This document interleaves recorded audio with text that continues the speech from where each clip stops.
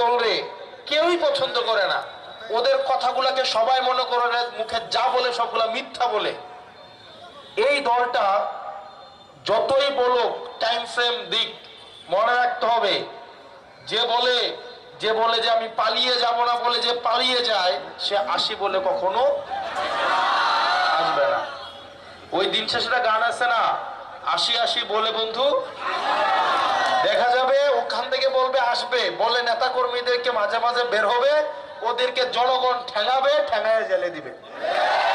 আমরা এমন একটা বাংলাদেশ চাই যেখানে এদেরকে বলা হবে, এই শিক্ষার্থীদেরকে বলা হবে তুমি সমাজের নেতৃত্ব হয়ে উঠবা। অথচ আমাদেরকে কি বলা হয়, তোমরা অমুকের পিছনে রাজনীতি করবা, তুমুকের পিছনে রাজনীতি করবা, অথচ নিজের ছেলে মেয়েদেরকে রাখছে বিদেশে। আমাদের একটা মাননীয় শিক্ষামন্ত্রী আসছেন, এই পর্যন্ত উনি সংসদে ক্ষমা চাইছেন, কিন্তু কি পরিমাণ একটা মানুষ সাইকো হইতে পারে, উনি সংসদে ক্ষমা চাইছেন, ক্ষমা চাওয়ার পরে উনি কুমিল্লা সরকারি মহিলা কলেজের শিক্ষকদের উপরে এটার প্রতিশোধ নিছেন।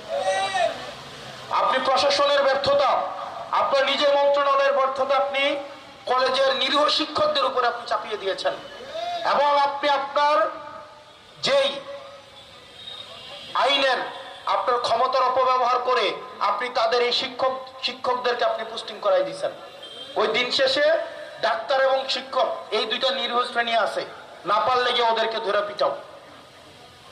ক্ষমতাহীন শ্রেণী। মিলন সাহেব, আমরা আপনার অতীত জানি, আপনার পরিবারের দুর্নীতিও আমরা জানি, মন্ত্রণালয়ে আপনার দুর্নীতিও আমরা জানি। পারবেন কিনা? পারবেন? দেশটা আমাদের, দায়িত্বটা আমাদেরকে নিতে হবে। নেতারা আমাদেরকে প্রতারিত করছে। আমরা ভাবছিলাম কি বিএনপির অনেক নেতা মনে অনেক খারাপ অবস্থায় ছিল, অনেক ক্ষতিগ্রস্ত অবস্থায় ছিল, হয়তো বাসায় বাজার ছিল না, এটা কর্মীদের মধ্যে এই অবস্থা ছিল, কিন্তু যারা নেতা তাদের ব্যবসাপাতি ঠিকই ছিল। যেমন সংসদের মধ্যে সালাউদ্দিন আহমেদ বলছিল না, কি বলছে, উনার 4টা গাড়ি, উনার 4টা বাড়ি। ওই সময় ছিল যখন উনি শিলংয়ে কি অবস্থায়, গুম অবস্থায়, এবং এই 16 বছরে ওনার সম্পদ 1 টাকাও কমে নাই, বরং 25 গুণ পর্যন্ত ওনার সম্পদ বাড়ছে। ওনার ছেলে ব্যাংকের ডিরেক্টর পর্যন্ত ছিল, কিন্তু যুব দলের ইউনিয়নের নেতা কর্মী বাড়িতে আসতে পারে নাই। পারছে? পারছে?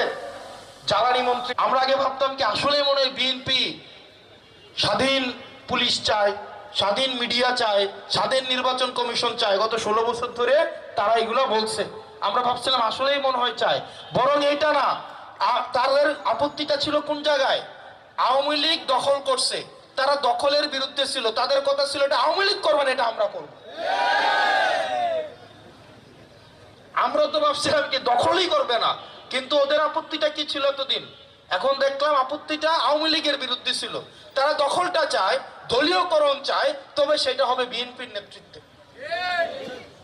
অথচ আমরা তো দখলেরই বিরুদ্ধে ছিলাম, দলীয়করণেরই বিরুদ্ধে ছিলাম।